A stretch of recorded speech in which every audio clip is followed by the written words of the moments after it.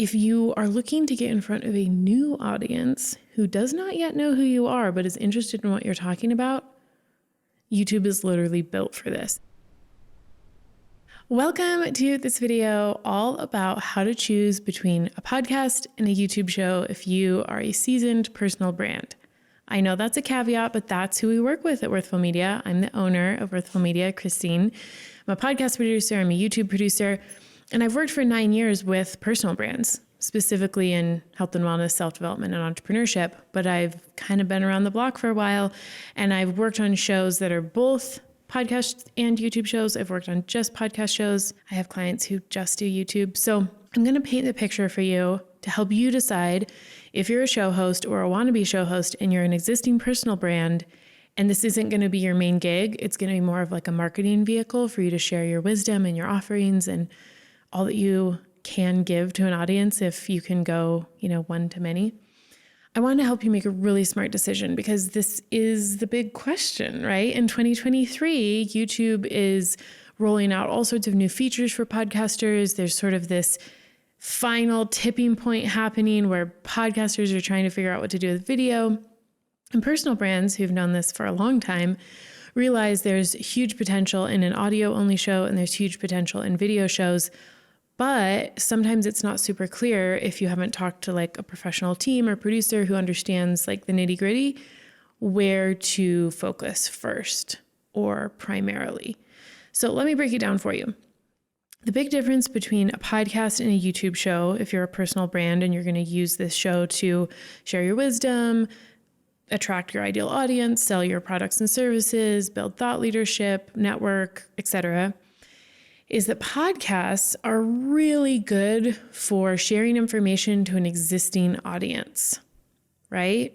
If you already have an existing audience, you've been building it for a long time, they know you to be an expert in what you do, they love you, they're on board, and then you give them an audio podcast that they can just listen to you as a companion to their daily lives when they're out and about, and they just pop you in and get to have a great dose of your magic. That is like their favorite. They're so happy. They will just line up in that queue and subscribe, share it with their friends, everything everyone dreams of, right? That happens if you have an existing audience with a podcast. The often misunderstood part of podcasting is podcast apps are really bad at discoverability. Like none of the apps, Apple Podcasts, Spotify, Google Podcasts, Amazon Music, Stitcher, like any of them are terrible at discoverability compared to YouTube. YouTube is a search engine. It's owned by Google. And the entire platform from day one has been built around helping people find the content they're searching for and recommending it and offering it and like literally being the best at helping people find videos on topics that they're looking for. So the biggest difference between a podcast option and a YouTube show option is established audience who knows you as an expert in your niche. Do you want to get up here? Come here, little bear. Do you want to make a cameo in the video? Come on. Yeah, come make a cameo. This is Little Bear. We're fostering him.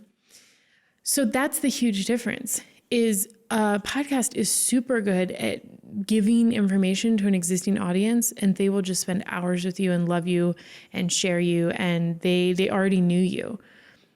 Yeah, they'll share it with their friends who didn't know you, but most of the time your podcast subscribers are going to be people who are already in your world and were like, I want more. And so I subscribe to the podcast. YouTube, on the other hand, is built for discoverability. It will do you endless favors, showing you to new audiences, people who are interested in what you're talking about. Like YouTube is a master platform at that.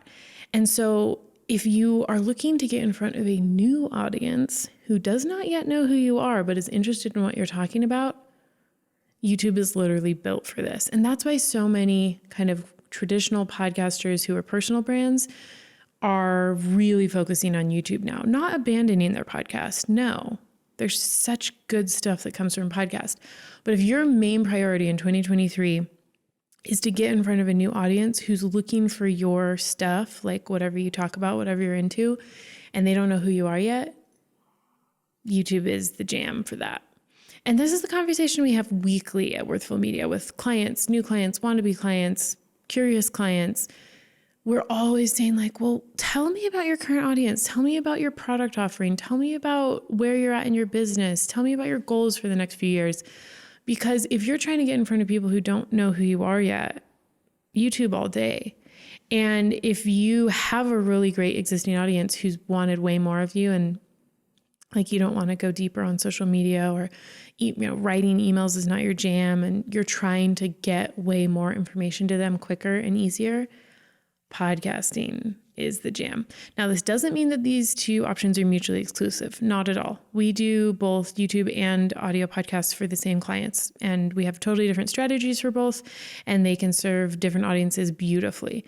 So you don't have to decide between either one. I mean, honestly, like the dream is that you have both. But as you're trying to decide maybe how to invest this year in 2023, you're hearing all this buzz about YouTube and podcasting. That's how I would really make the decision. And it will pave the path for things to come down the road. Like if you start off with a YouTube show, you can always bring in an audio podcast later. There's great examples of this. If you start with a podcast, you can always add a YouTube show later. Great examples of that.